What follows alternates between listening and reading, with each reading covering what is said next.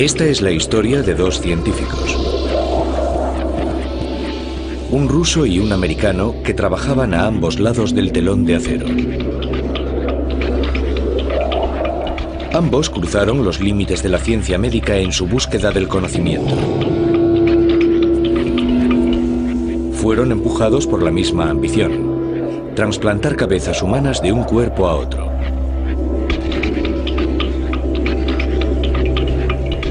Sus experimentos quirúrgicos pasmaron al mundo.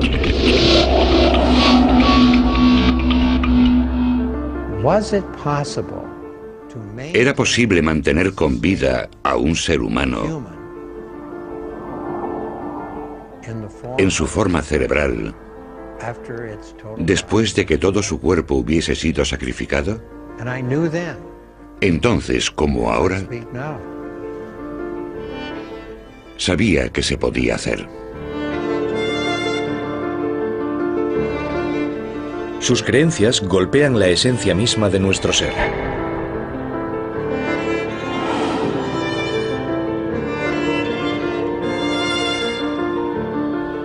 El primer trasplante de cabeza.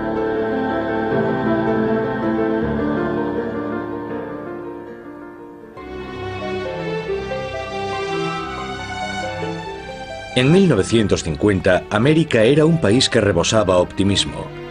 El futuro parecía prometedor y lleno de innovaciones. Ciencia y tecnología eran las palabras clave en la era de la posguerra. La humanidad había dividido el átomo y pronto conquistaría el espacio.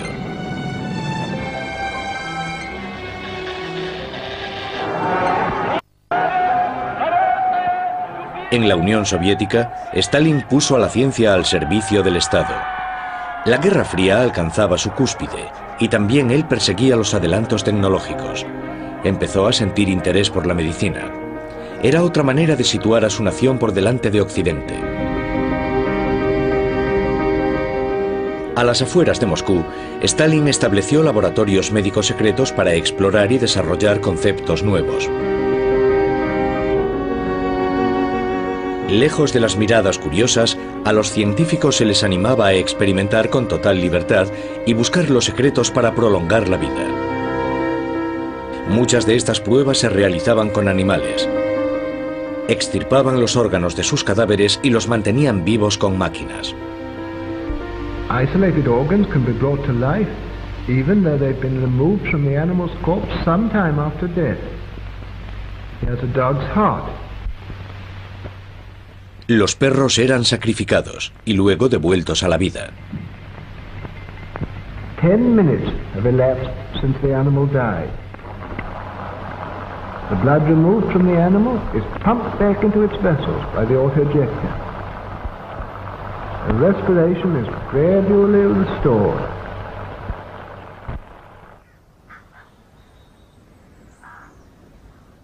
Pero un hombre se diferenciaba de los demás en su determinación por llegar donde los otros no se atrevían.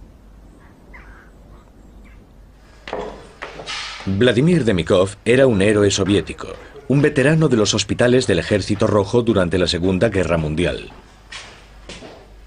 Estaba convencido de que era posible trasplantar órganos como corazones y pulmones a seres humanos.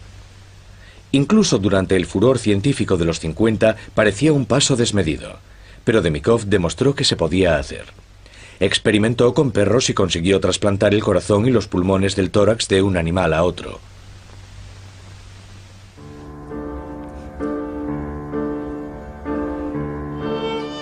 Sus experimentos sentaron los preliminares para los futuros éxitos en la medicina humana, pero su trabajo nunca recibió su merecido reconocimiento.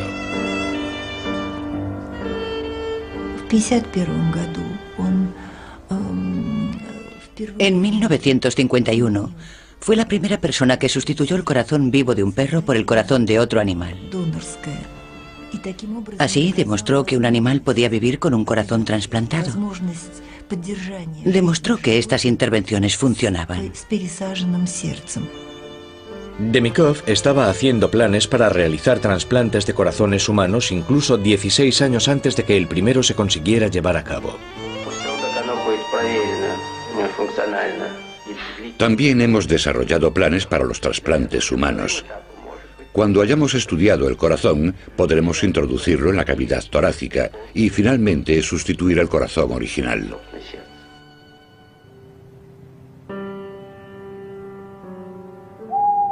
A Demikov le gustaba trabajar durante la noche, sin ser molestado. Con frecuencia las luces de su laboratorio, en los bosques de las afueras de Moscú, seguían encendidas hasta muy tarde.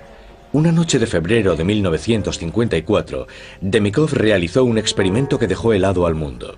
Cogió 2 perros, un adulto y un cachorro. Junto a su equipo de cirujanos, los operó durante toda la noche.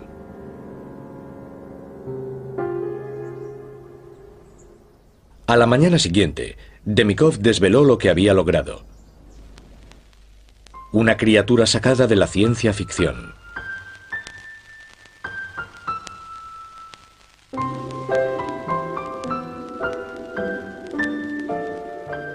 Había unido con suturas la cabeza y el torso del cachorro al cuello del perro más grande, conectando sus vasos sanguíneos y sus tráqueas.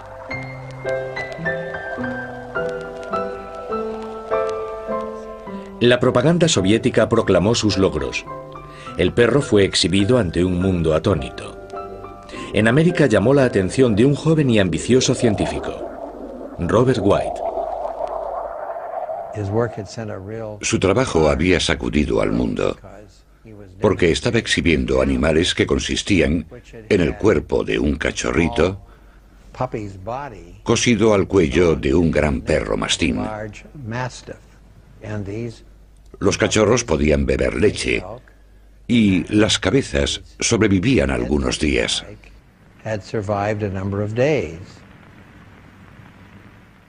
Demikov creía que su experimento era un avance médico de primer orden. Lo hizo principalmente para demostrar que es posible trasplantar cualquier órgano, e incluso una cabeza y un cerebro. Demostró que hasta un órgano tan complicado como este podía funcionar satisfactoriamente dentro de otro cuerpo. En Occidente, las opiniones estaban divididas. Para muchos era una exhibición de monstruos, para otros un importante avance para la cirugía. Sacudió la ciencia mundial, porque en los Estados Unidos no había nadie que hubiese llevado a cabo lo mismo que el profesor Demikov.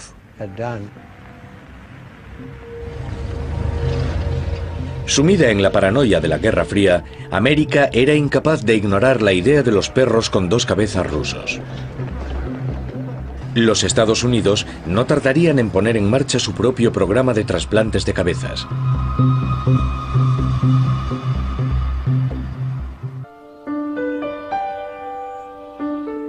Cuando el científico soviético Vladimir Demikov mostró al mundo su perro con 2 cabezas, parecía evidenciarse aún más la superioridad tecnológica soviética.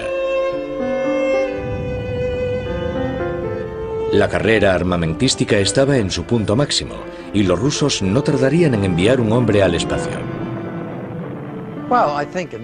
Creo que en este país los temíamos. Supongo que creíamos que habían llegado lejísimos muy rápidamente, sobre todo en cuanto a la bomba de hidrógeno. Nos preguntábamos si estaba ocurriendo lo mismo con la medicina rusa.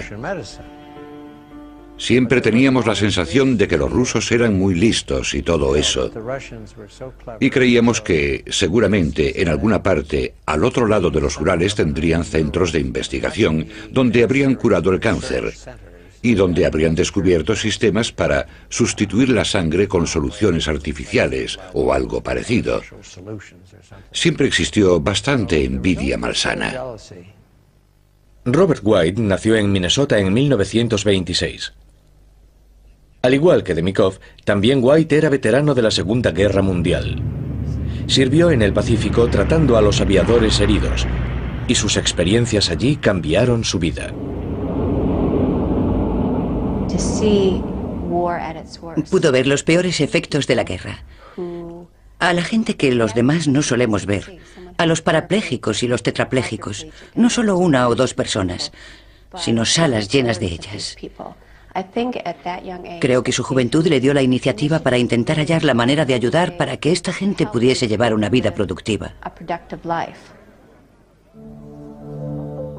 Después de la guerra, White estudió en la Escuela de Medicina de Harvard. Brillante y ambicioso, se especializó como neurocirujano. En 1960, ansioso de llevarle la delantera a los rusos en todos los aspectos de la medicina, el gobierno estadounidense ayudó a White a instalar un laboratorio especializado en el Hospital del Condado de Cleveland, Ohio.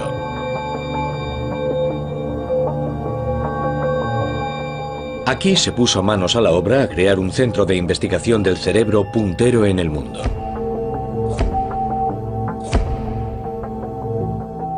De día, White operaba todo tipo de lesiones y enfermedades cerebrales. Sus habilidades como cirujano eran reconocidas. Sin embargo, como científico deseaba descubrir los misterios que encerraba el cerebro. Ambicionaba ser la primera persona del mundo en aislar el cerebro, extraerlo del cráneo, estudiarlo y mantenerlo vivo durante todo el proceso. Llegué a la conclusión de que podría aislar el cerebro. Aunque muchos lo habían intentado, no lo habían conseguido. Casi desde el mismo día en que llegué aquí, empezamos los trabajos en el laboratorio. Empezamos a poner en práctica mi concepto de que era posible extraer el órgano completo de un mono. Evidentemente, White no podía llevar a cabo sus experimentos con cerebros de humanos vivos, pero en la medicina era normal usar animales para estudios científicos. Recordemos que a pesar de las protestas de los activistas pro derechos de los animales, la cirugía a corazón abierto, los trasplantes o la neurocirugía no estarían hoy aquí si no se hubiesen llevado a cabo con animales primero. En la época había menos controversia en cuanto a los experimentos con animales, especialmente cuando se trataba de los mayores desafíos científicos del momento. Tanto América como la Unión Soviética habían enviado a monos y perros al espacio. 0, fire, liftoff.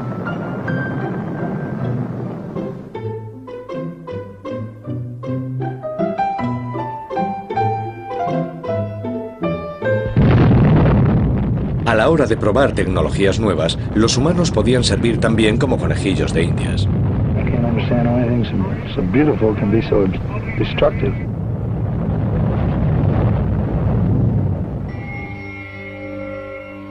En su laboratorio, White se ayudaba de primates para aprender más acerca del cerebro. En 1962 demostró sus extraordinarias habilidades quirúrgicas y consiguió lo nunca visto en medicina. Logró extraer con éxito el cerebro de un animal vivo, manteniendo el cerebro con vida. La más mínima pérdida de riego sanguíneo durante el proceso lo habría matado. Nadie había podido estudiar un cerebro vivo antes.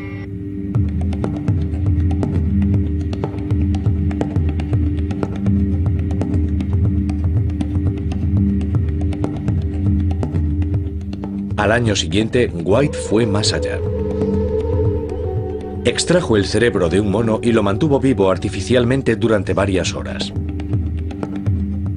White confiaba en que los conocimientos adquiridos serían beneficiosos para los cirujanos y los científicos de todo el mundo. Pero las máquinas no podían mantener un cerebro vivo el tiempo necesario para estudiarlo con detalle. White estaba empeñado en seguir adelante y encontrar el modo de mantener los cerebros aislados vivos durante más tiempo. En 1964 se le ocurrió un plan audaz: trasplantar el cerebro de un animal al cuerpo de otro y estudiarlo desde allí.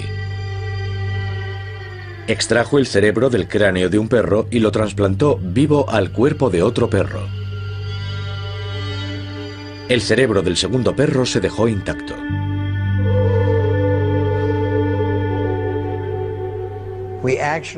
Abrimos el cuello del animal e introdujimos allí el cerebro.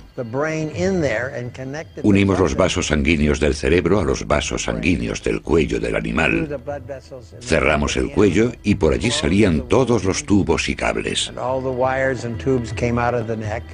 Fue un trasplante de cerebro en toda regla.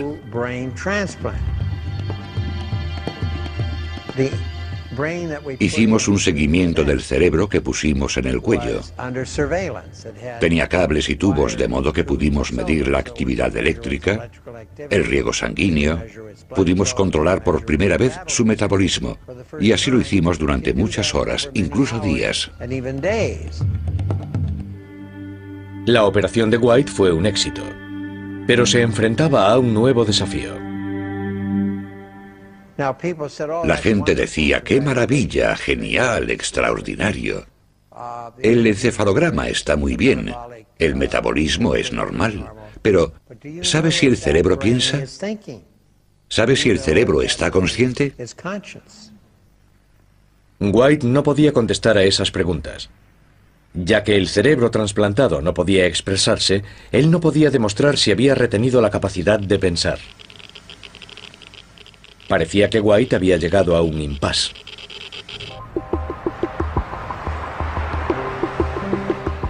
Pero su trabajo no había pasado desapercibido al otro lado del telón de acero.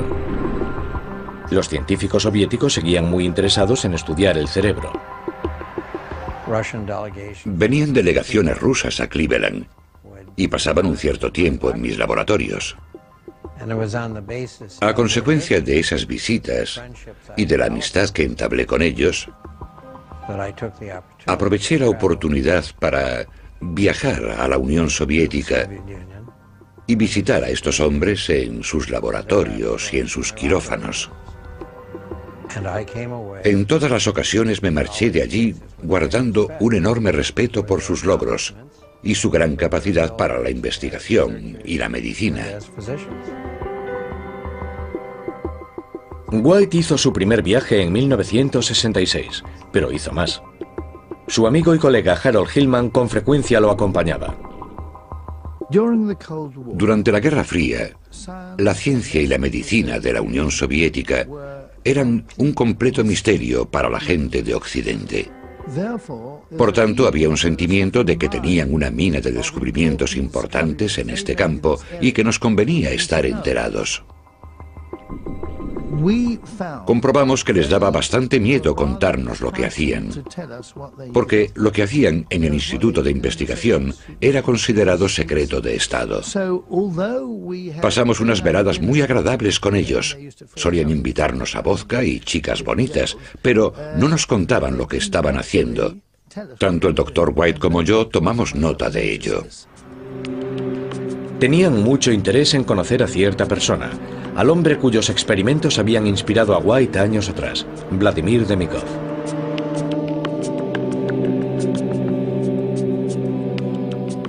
Desde que hiciera su experimento con el perro de 2 cabezas, Demikov había tenido éxito trasplantando otros órganos vitales de un perro a otro.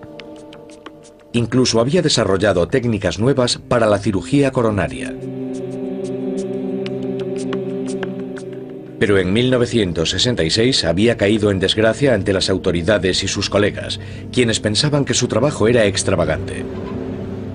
Demikov fue expulsado de su laboratorio y cuando lo amenazaron con desalojarlo de su piso, pensó en suicidarse.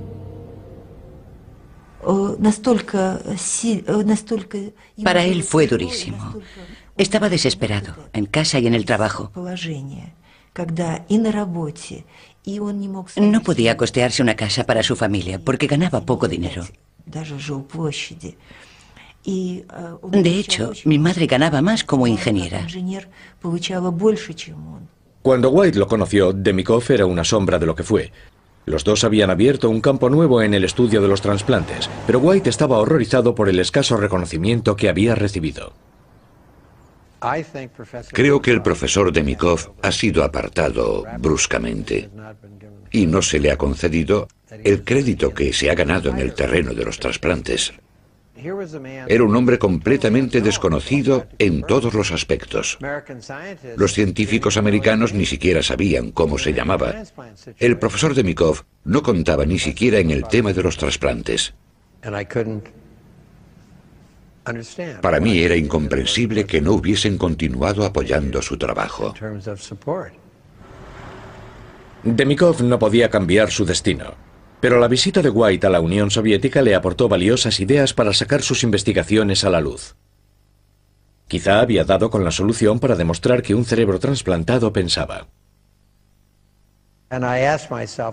Me preguntaba cómo podía probar que un cerebro transferido o trasplantado está vivo,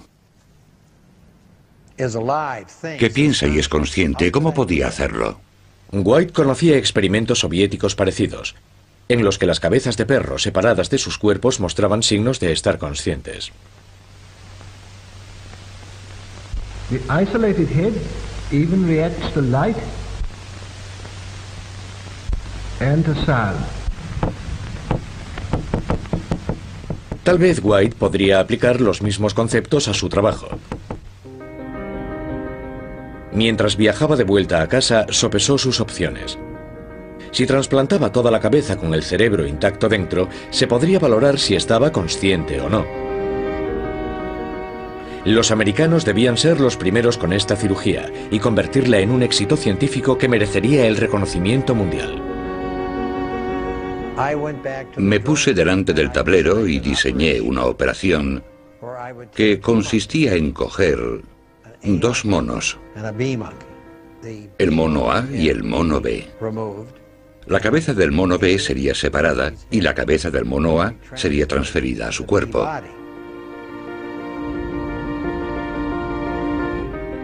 White tardó 3 años en planificar su operación, que marcaría un antes y un después.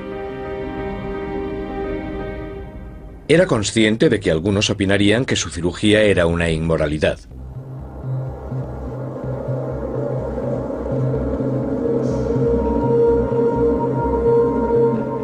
A última hora de la tarde del 14 de marzo de 1970, el equipo de cirujanos de White comenzó los preparativos para efectuar el primer trasplante de cabeza en el mundo. La cabeza de un mono se trasplantaría al cuerpo de otro.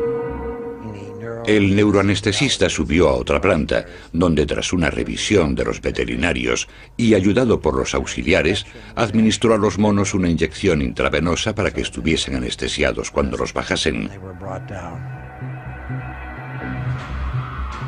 White quería demostrar que la cabeza con su cerebro podía mantenerse viva y sensible tras ser trasplantada.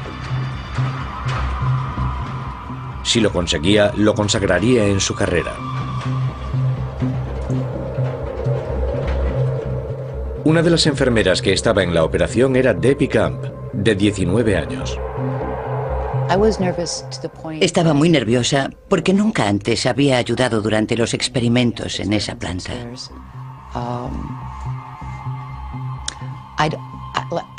No creo que nadie tuviera ni idea de la importancia de esa operación. El primer mono se quedó en el laboratorio, mientras el segundo fue bajado para ser preparado en una sala contigua. Yo tenía que cuidar de que todo estuviera dispuesto. Empezamos a hacer las incisiones y a identificar las arterias y las venas. Era la primera vez que se hacía, así que nos puso a todos a prueba. No teníamos ni idea de lo que pasaría ni de cuánto tiempo íbamos a tardar. Todo el equipo estaba sobre ascuas. No había ninguna garantía en este tipo de cirugía.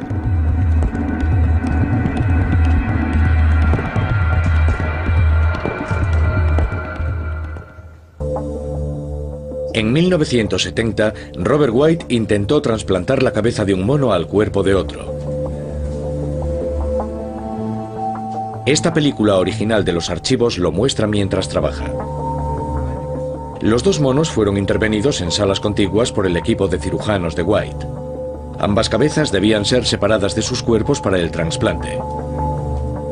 Fue un trabajo delicado. Era necesario no solo hacer una incisión alrededor de todo el cuello, sino lenta y cuidadosamente diseccionar los músculos y los vasos sanguíneos. Cada vez que se aislaba una arteria o una vena, había que efectuar una ligadura. No se podía seccionar ninguna hasta que todas estuvieran listas. Tuvieron que cortar los cuellos hasta que las únicas conexiones entre las cabezas y sus cuerpos eran sus médulas espinales y los vasos sanguíneos vitales. Tras hacer incisiones durante horas, llegó el momento de trasplantar la cabeza. Entonces colocaron al otro animal sobre la mesa. Ahora había 2 equipos de cirujanos y 2 animales. Éramos bastante gente porque había más auxiliares y por supuesto las enfermeras. Ambos monos fueron intervenidos, uno al lado del otro. La cabeza del mono A debía ser transferida al cuerpo del mono B. Primero hubo que transfundir el riego sanguíneo del cuerpo B a la cabeza a través de una red de tubos de plástico. Un momento de gran tensión. Si el riego sanguíneo hacia las cabezas se interrumpía, ambos animales fallecerían. Pero el monitor del mono A mostraba que su cerebro seguía activo.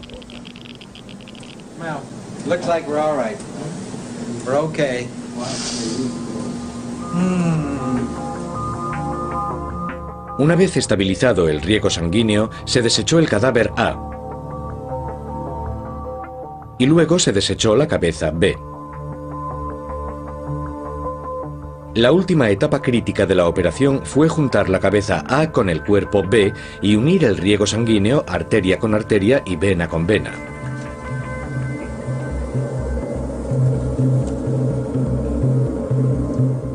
Era una carrera contrarreloj.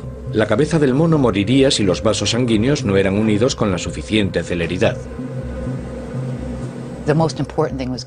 El objetivo primordial era recuperar la circulación, para evitar que el mono falleciese. Lo más importante era unir las arterias y luego las venas, de una en una. Los vasos sanguíneos fueron conectados, pero no se tocó la médula espinal. Es imposible reconectar los nervios una vez que han sido seccionados. Entonces empezamos a suturar los músculos y los tejidos del cuello. Empieza a parecer que el animal solo ha sufrido una incisión circular. Pero tenemos que esperar a que salga de la anestesia.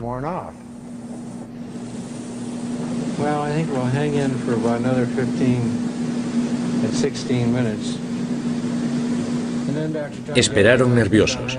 El proceso quirúrgico había finalizado, pero nadie sabía si la cabeza recuperaría la consciencia o no.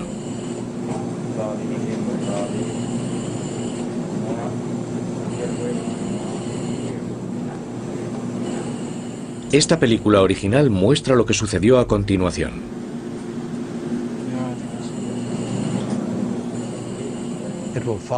Nos sigue con la mirada. Nos puede oír. Lo puedes alimentar.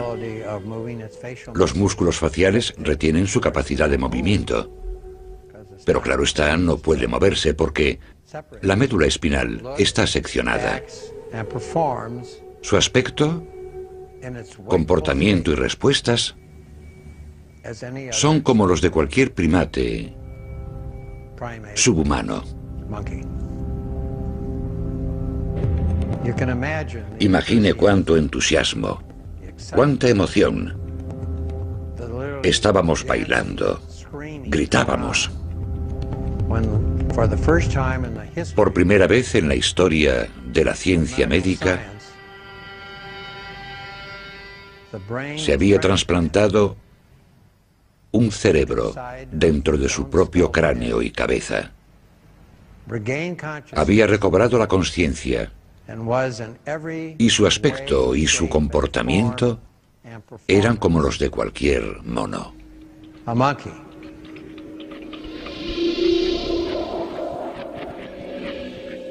White lo había hecho, pero pensaba llegar todavía más lejos.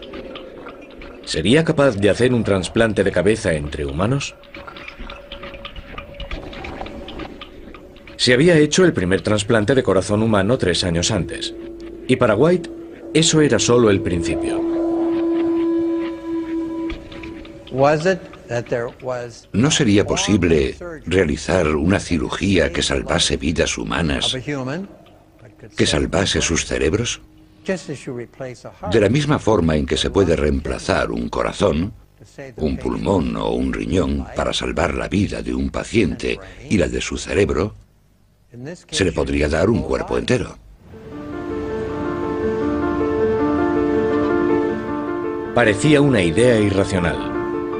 ¿Operaciones para trasplantar una cabeza humana viva al cuerpo de otra persona? Cuando trabajaba en el hospital, White con frecuencia veía víctimas de accidentes con muerte cerebral, pero cuyos cuerpos no estaban dañados. ¿Podría aprovechar estos cuerpos para dar una vida nueva a las cabezas que estaban atrapadas en cuerpos agonizantes?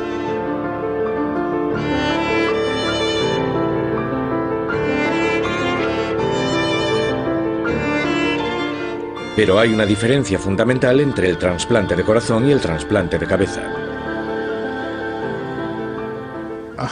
El corazón tiene una estructura relativamente sencilla. Es un sistema de bombeo estupendamente diseñado. Tiene un número limitado de conexiones, por lo que se puede extraer un corazón para meter otro. La razón por la que no se puede hacer lo mismo con un cerebro es porque requiere seccionar cientos de millones de conexiones con el cuerpo. Conexiones que no se regeneran. Un trasplante de cabeza supone seccionar la médula espinal. Eso paralizaría del cuello para abajo a cualquier paciente. Pero para White, los trasplantes de cabeza podrían ayudar a algunos tipos de pacientes. Por supuesto que nadie quiere crear tetraplégicos. Pero, ¿qué ocurriría si un humano tetrapléjico estuviese a punto de morir porque su cuerpo y todos sus órganos estuviesen fallando?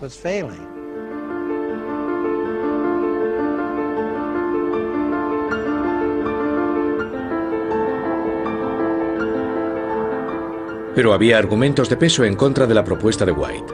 ¿Seguiría siendo la misma persona cuya cabeza estuviese viviendo con un cuerpo ajeno?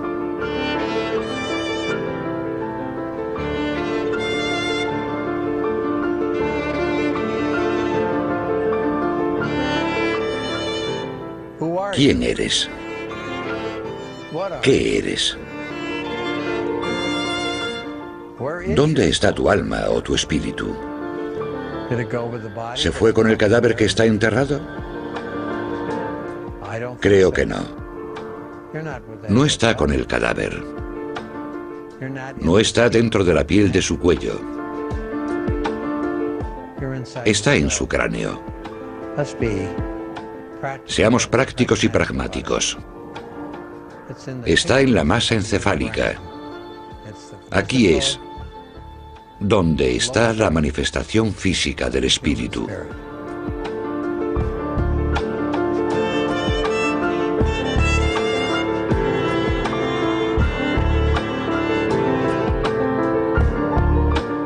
Muchos científicos y filósofos discuten las teorías de White.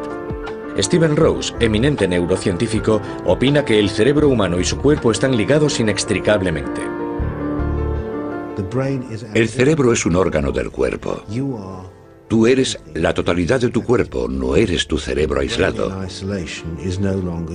La persona es consciente. El cerebro no es consciente. La persona es quien tiene una mente, no es el cerebro. La persona es quien siente las emociones. No siente el cerebro, sino la persona.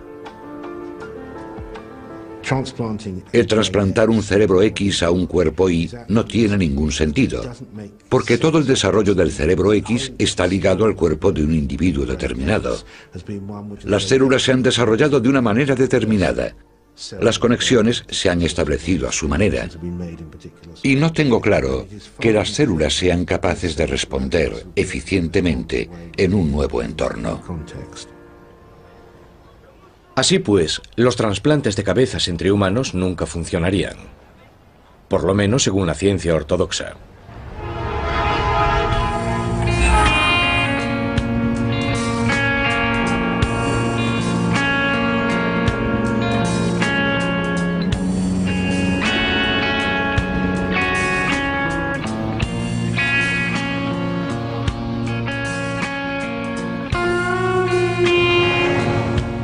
Cuando White desveló los resultados de su trasplante de cabeza entre monos 2 años después de hacerlo, sus colegas no le aplaudieron.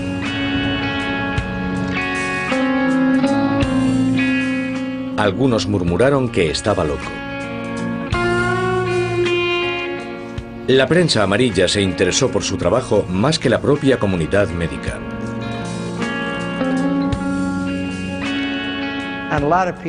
Supongo que hasta cierto punto mucha gente ha tergiversado mis motivos y sin duda me han convertido en un Frankenstein. Seguramente no entienden nada porque ni siquiera han leído la novela. De pronto, en vez de abanderar una revolución en la medicina, White estaba siendo atacado. Había una fuerte oposición por parte de los activistas antivivisecciones, llegando incluso a las amenazas. En segundo lugar, le resultaba difícil obtener el dinero necesario. En tercer lugar, no conseguía que otros grupos lo hicieran. Es muy difícil cuando se trabaja en un campo semejante, que es muy caro, y cuando no tienes acólitos y nadie te apoya.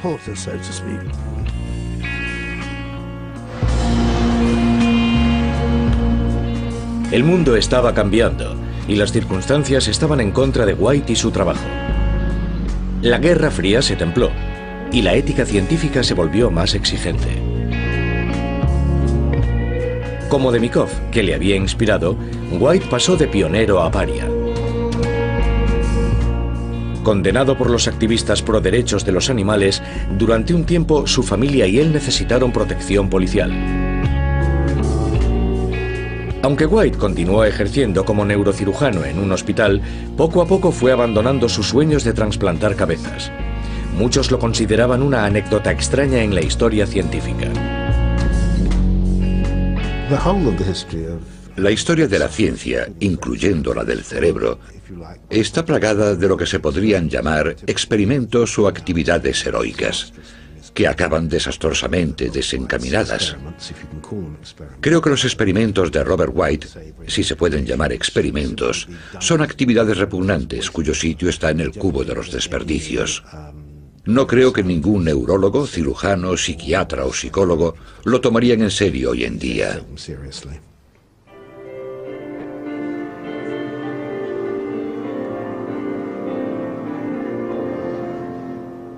Han pasado más de 25 años desde que White practicara sus trasplantes.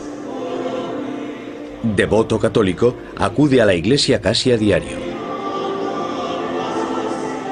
Tras una vida dedicada a operar a ricos y pobres en el hospital de Cleveland, tiene muchos admiradores. A pesar de la controversia que ha suscitado con sus investigaciones, White ha sido el asesor de bioética de 2 papas. Muchas de las personas que compartían su promesa de nuevos horizontes permanecen leales a sus ambiciones.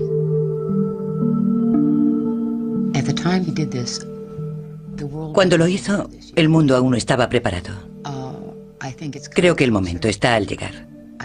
Pienso que con el tiempo él será reconocido. Robert White todavía cree en el potencial de los trasplantes de cabeza entre humanos.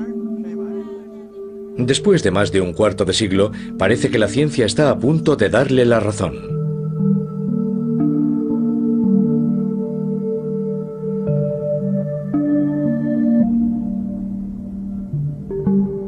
Jackie Bailey se rompió la columna en 1980, cuando se cayó escalando un rocódromo.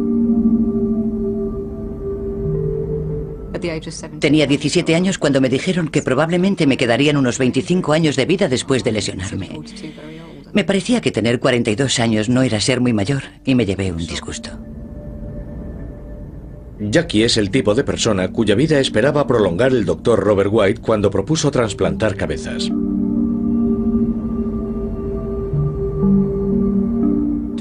Hace 20 o 30 años las expectativas para alguien con una lesión de médula eran de unos 20 años de vida aproximadamente. Nos esperaban fallos renales, por supuesto, problemas en los hombros, respiratorios, dermatológicos. Cualquiera de ellos podría conducir a la muerte prematura. Si al Dr. White se le hubiera permitido desarrollar sus trasplantes de cabezas humanas, en teoría podría haber prolongado las vidas de gente con lesiones medulares. Niños, ¿de dónde sacarán tantas energías? Hoy, los adelantos en la medicina significan que gente como Jackie vive más tiempo. Con 43 años, ofrece su apoyo a los nuevos lesionados. Las lesiones de médula espinal causan parálisis e incontinencia urinaria y fecal. A menudo los pacientes no sienten nada, pero algunos tienen dolor crónico. ¿Cuántos años tendrá ese? ¿A ti qué te parece? Cambia la manera en que percibimos nuestro cuerpo. No sientes gran parte del cuerpo. Es decir, las partes que siento son mías, soy yo, son Jackie. Las partes que no siento, es como si mi cabeza estuviese en otro cuerpo. No consigo moverlo. Mi cuerpo hace cosas que no puedo controlar. Así que es casi como si fuese un cuerpo prestado, ¿entiendes? Si lo has perdido todo y lo único que funciona es tu cabeza con tus pensamientos, esa eres tú. Es tu cerebro, ¿sabes? Es tu cabeza. Todavía después de una lesión medular sigues siendo tú. Conservas tus recuerdos anteriores. Te gusta lo mismo. Las mismas cosas te hacen reír o llorar. Tu cuerpo es lo único que no funciona. Entonces, ser trasplantada a un cuerpo sano quizá no sea una idea tan disparatada. Además, estamos muy acostumbrados a poder trasplantar parte de un ser humano a otro. Actualmente se pueden trasplantar manos. Hace no mucho tiempo tuve la oportunidad de conocer a un hombre con ambas manos trasplantadas. Estaban funcionando asombrosamente bien. Me fascinó estrechar la mano de un hombre cuyas manos no habían sido suyas, pero que ahora sí lo eran. Ahora esperamos ver trasplantes faciales. Con el tiempo tendrán éxito. Los trasplantes de cabeza difieren mucho de los de cara o extremidades.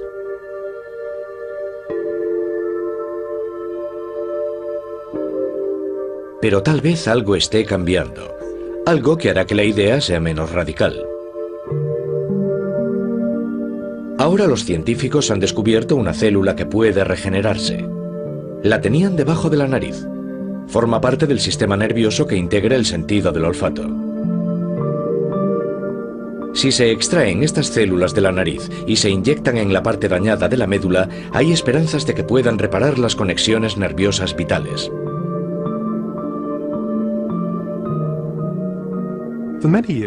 Durante muchos años, estudiar la parte del sistema nervioso que se ocupa del olfato ha sido muy interesante.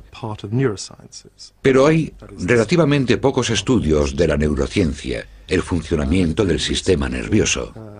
Lo teníamos delante, pero hasta hace muy poco nadie se había percatado de que la gran capacidad regenerativa que normalmente ocurre en la parte del sistema nervioso del olfato podría ser canalizada hacia otras partes del sistema nervioso, particularmente a la médula.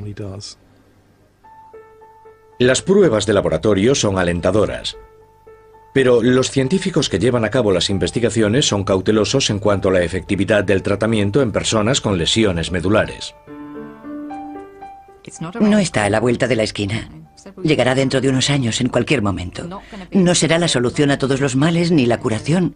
No será como si dijésemos, puedo olvidarme de mi lesión medular y me voy caminando a casa. Pero puede mejorar tu calidad de vida.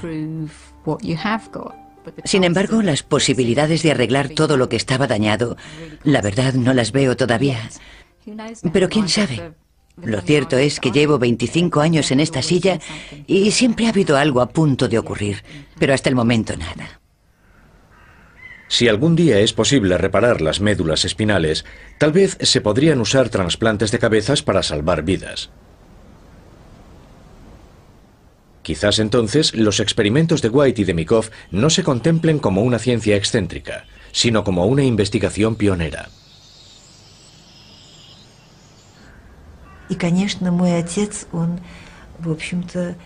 Mi padre decía que para hacer trasplantes de cabeza había que tener valor intelectual. Es posible que tales trasplantes que se desarrollaron en el siglo XX se conviertan en un desafío para los médicos del siglo XXI.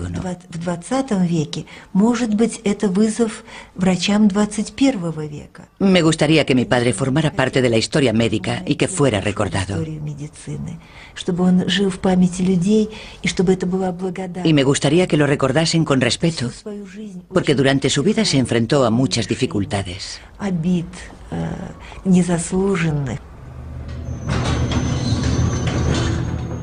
Robert White también quiere que lo recuerden. Es cauteloso acerca de las perspectivas de reparar la médula. Sabe lo difícil que es conseguir que los nervios se regeneren. Pero si algún día se consiguiera, tal vez su laboratorio sería considerado como la cuna de la nueva era de soluciones quirúrgicas.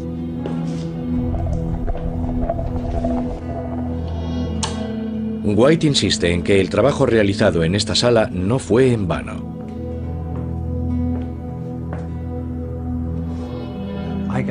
Casi oigo sus voces. Esta sala estaba llena de gente. Y sin embargo, en esta misma mesa, la cabeza trasplantada de mono nos demostró que recobraba el conocimiento.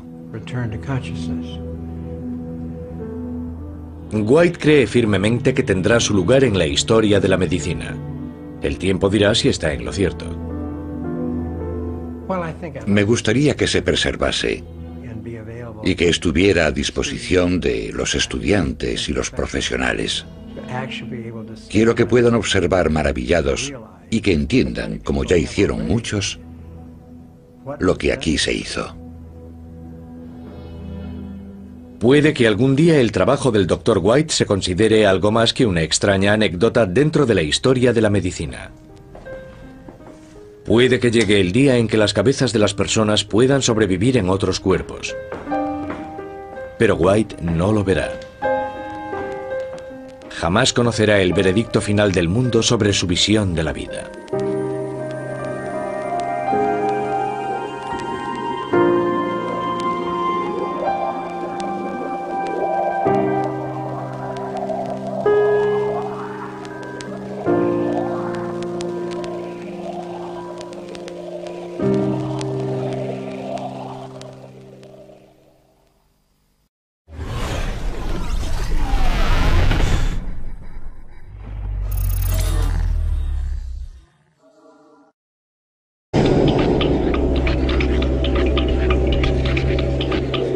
Esta es la historia de dos científicos.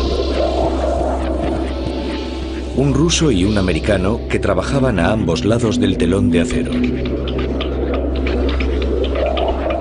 Ambos cruzaron los límites de la ciencia médica en su búsqueda del conocimiento. Fueron empujados por la misma ambición: trasplantar cabezas humanas de un cuerpo a otro.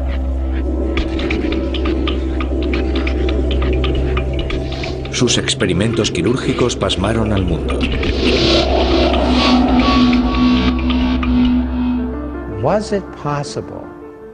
¿Era posible mantener con vida a un ser humano en su forma cerebral después de que todo su cuerpo hubiese sido sacrificado? Entonces, como ahora, sabía que se podía hacer. Sus creencias golpean la esencia misma de nuestro ser.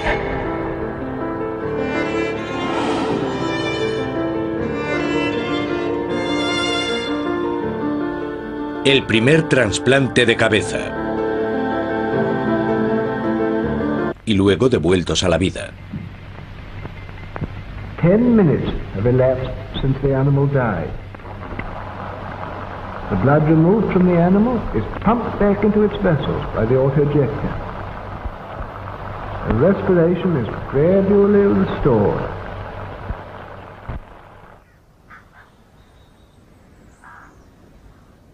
Pero un hombre se diferenciaba de los demás en su determinación por llegar donde los otros no se atrevían. Vladimir Demikov era un héroe soviético, un veterano de los hospitales del Ejército Rojo durante la Segunda Guerra Mundial. Estaba convencido de que era posible trasplantar órganos como corazones y pulmones a seres humanos. Incluso durante el furor científico de los 50 parecía un paso desmedido, pero Demikov demostró que se podía hacer. Experimentó con perros y consiguió trasplantar el corazón y los pulmones del tórax de un animal a otro.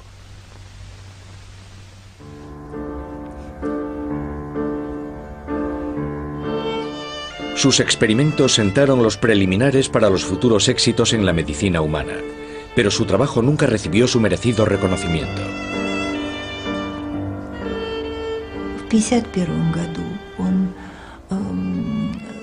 En 1951, fue la primera persona que sustituyó el corazón vivo de un perro por el corazón de otro animal.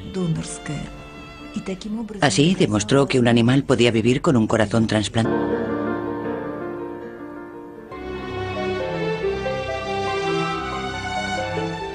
En 1950, América era un país que rebosaba optimismo.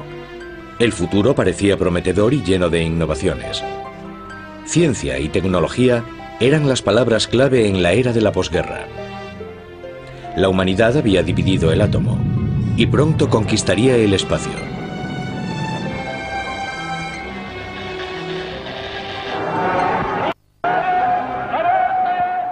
En la Unión Soviética, Stalin puso a la ciencia al servicio del Estado. La Guerra Fría alcanzaba su cúspide y también él perseguía los adelantos tecnológicos. Empezó a sentir interés por la medicina. Era otra manera de situar a su nación por delante de Occidente.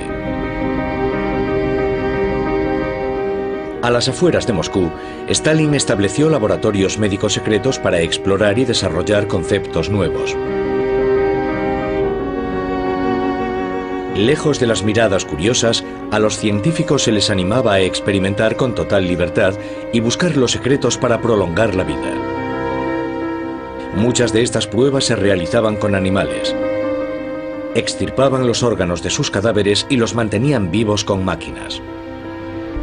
Isolated organs can be brought to life, even though they've been removed from the animal's corpse some time after death. Here's a dog's heart. Los perros eran sacrificados. La propaganda soviética proclamó sus logros. El perro fue exhibido ante un mundo atónito. En América llamó la atención de un joven y ambicioso científico, Robert White. Su trabajo había sacudido al mundo, porque estaba exhibiendo animales que consistían en el cuerpo de un cachorrito cosido al cuello de un gran perro mastín. Los cachorros podían beber leche y las cabezas sobrevivían algunos días.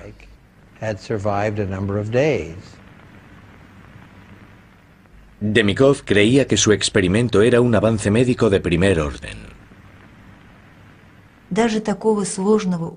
Lo hizo principalmente para demostrar que es posible trasplantar cualquier órgano, e incluso una cabeza y un cerebro. Demostró que hasta un órgano tan complicado como este podía funcionar satisfactoriamente dentro de otro cuerpo. En Occidente, las opiniones estaban divididas. Para muchos era una exhibición de monstruos, para otros un importante avance para la cirugía. Sacudió la ciencia mundial, porque en los Estados Unidos no había nadie que hubiese llevado a cabo lo mismo que el profesor Demikov.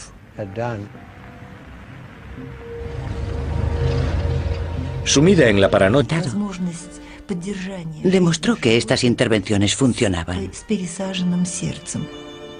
Demikov estaba haciendo planes para realizar trasplantes de corazones humanos incluso 16 años antes de que el primero se consiguiera llevar a cabo. También hemos desarrollado planes para los trasplantes humanos. Cuando hayamos estudiado el corazón, podremos introducirlo en la cavidad torácica y finalmente sustituir el corazón original.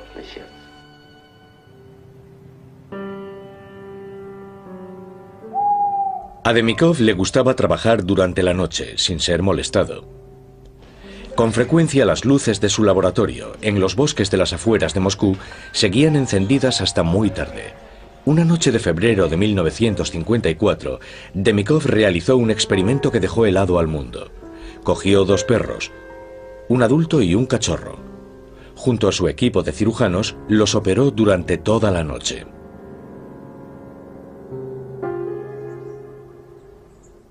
A la mañana siguiente, Demikov desveló lo que había logrado.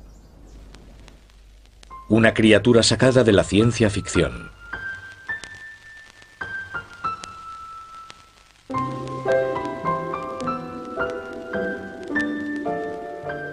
Había unido con suturas la cabeza y el torso del cachorro al cuello del perro más grande, conectando sus vasos sanguíneos y sus tráqueas.